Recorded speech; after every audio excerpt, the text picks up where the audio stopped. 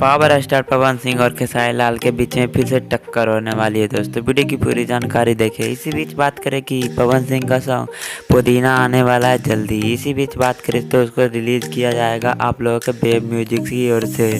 और इसी बीच बात करें तो पवन सिंह का बहुत ही टक्कर सॉन्ग आने वाला है पुदीना 2 और खेसारी लाल का नाच डीजे पे।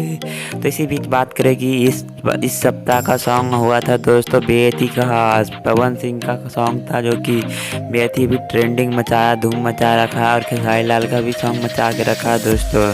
तो ये वीडियो देख सकते हैं कि इस बार भी क्या वही टक्कर होने वाली है पवन सिंह और खेसारी लाल के बीच में, कि दोनों का गाना एक ही साथ ट्रेंडिंग करने का हो सकता है दोस्तों। और अपलोडिंग के बारे में बात करें तो दोनों का गाना एक ही दिन अपलोडिंग होने का चल रहा है डिसाइड दोस्तों। ये वीडियो की जानकारी आप लोग को बेहद खास हुआ होगा दोस्तों। और ये वीडियो को आप लोग को अच्छा लगा तो लाइक और शेयर कमेंट जरूर करें दोस्तों। और ये वीडियो आप लोग को अच्छा लगा तो चैनल को सब्सक्राइब करें। मिलते हैं नेक्स्ट वीडियो।